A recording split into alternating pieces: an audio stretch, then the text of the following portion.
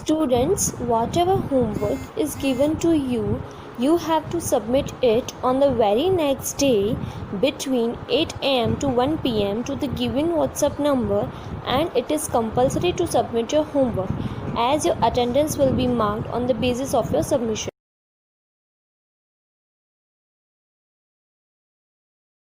Okay students, in our previous lecture we studied about the Constituent Assembly and challenges faced by the Constituent Assembly. And now in this lecture we will study about the Constitution of India, importance of Constitution and the preamble. Okay students, now let us start next point, the Constitution of India. The Constitution of India originally had 395 articles, 22 parts and 8 schedules, जिसका मतलब होता है भारत देश के संविधान में मूल रूप से 395 आर्टिकल्स का मतलब होता है धारा है, 22 भाग और 8 क्या थे, शेड्यूल थे. It's a kind of time table. Now the number of schedules is 12 after various amendments added them as and when changes were made. अभी जो ये शेड्यूल्स है वो 12 हो गए हैं, पहले 8 थे. जब हमारे संविधान में बदलाव किए गए तब जो 8 शेड्यूल थे उसमें से अब 12 हो गए. It is the lengthiest constitution in the world and covers all aspect of governance and administration in detail. जिसका मतलब होता है भारत देश का संविधान दुनिया का सबसे लंबा संविधान है और इसमें शासन माने गवर्नेंस, लिखा एडमिनिस्ट्रेशन जिसका मतलब है प्रशासन. ये सभी के पहलू, सभी प्रकार के पहलू और रूप बिल्कुल डिटेल में दिए गए हैं हमारे भारत देश के संविधान में. Over 100 amendments have been made to the constitution as of 2019. जिसका मतलब होता है 2019 तक हमारे भारत देश के संविधान में 100 से ज़्यादा बदलाव या चेंजेस किए गए. Okay students, now let us start fact quest. The number of articles in the constitution of India still remains 395. जिसका मतलब होता है भारत देश के संविधान में अभी भी 395 माने 395 आर्टिकल्स है, धाराएं हैं. Various amendments to the constitution have added sub-articles to the original articles and sub-parts to the original parts of the constitution.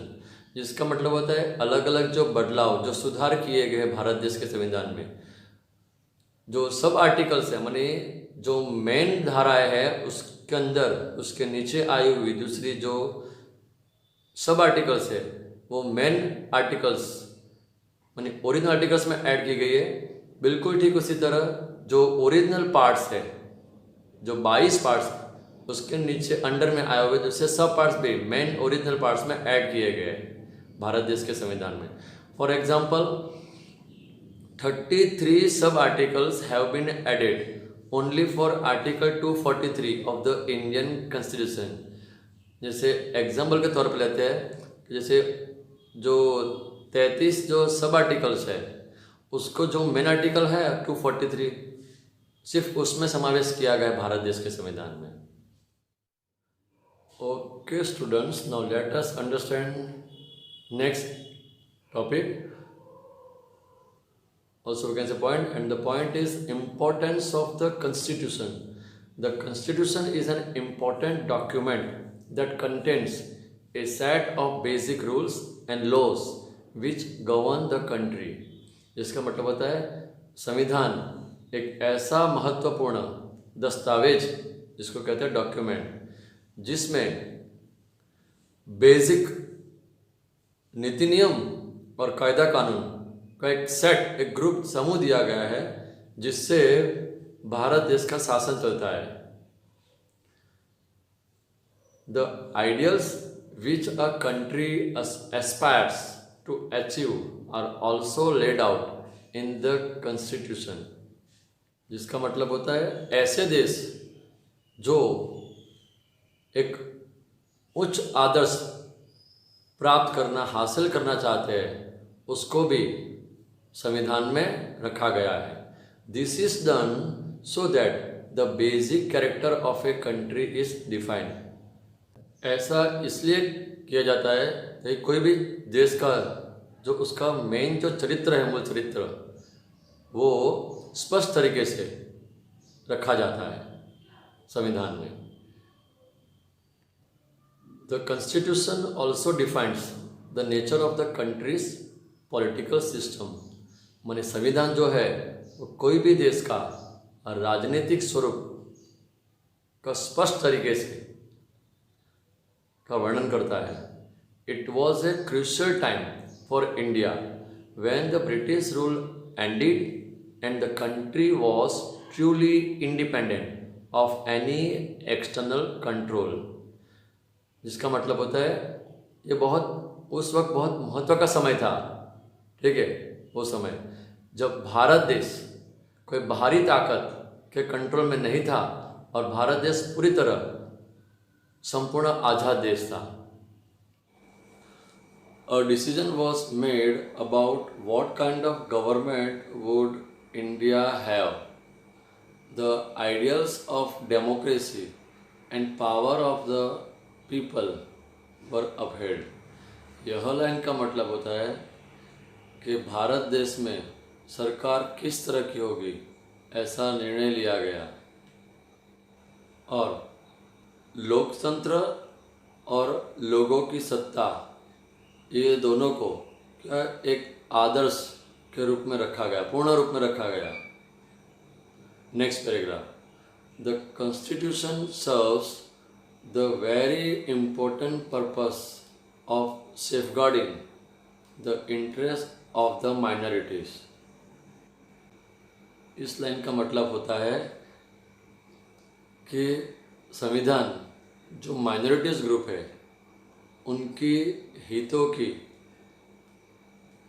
रक्षा करना एक संविधान का एक महत्व का उद्देश्य है। Rights for minorities should be absolute right.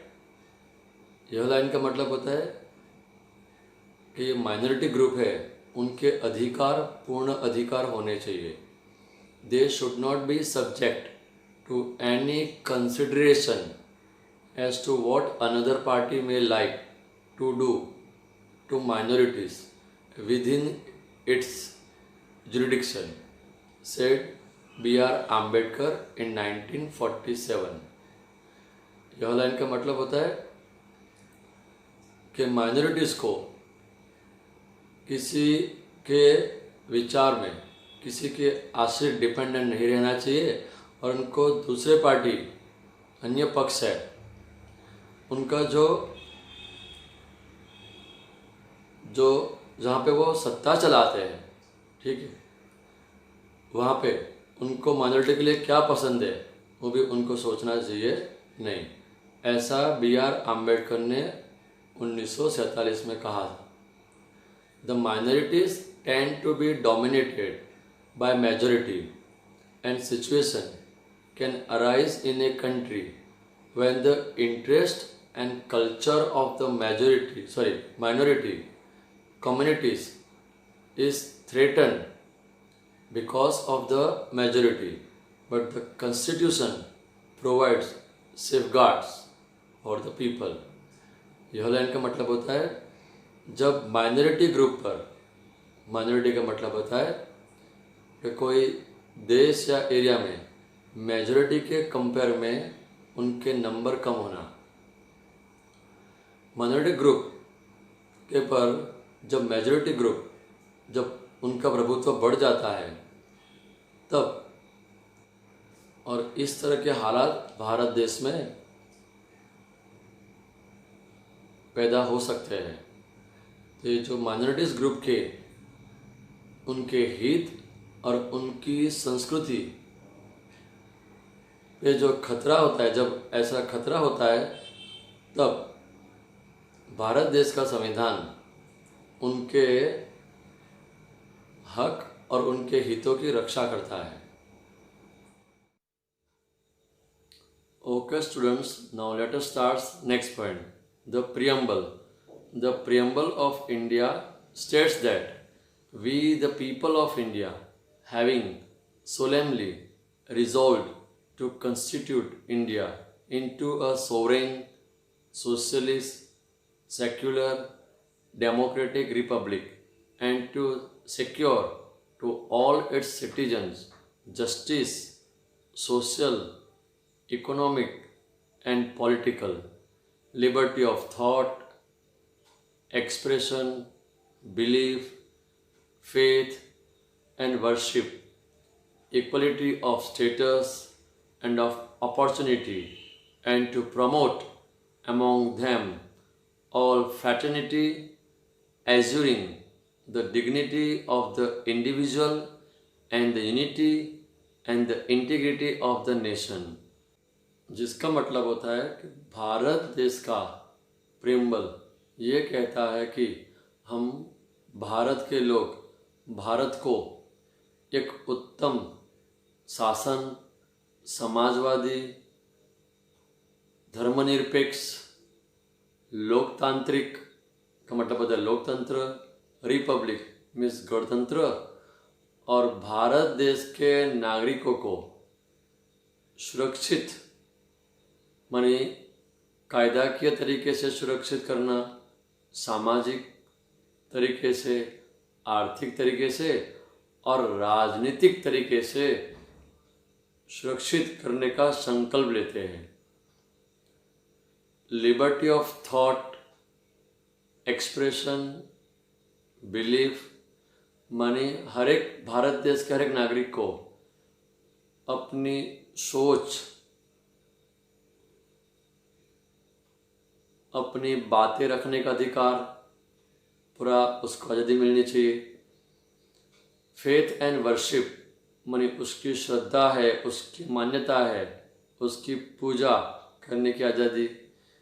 Equality of status end of opportunity माने भारत देश के हर एक नागरिक को उसके जो कंडीशन है और उसको जो अपॉर्चुनिटी है, चांसेस, वो इक्वल मिलना चाहिए।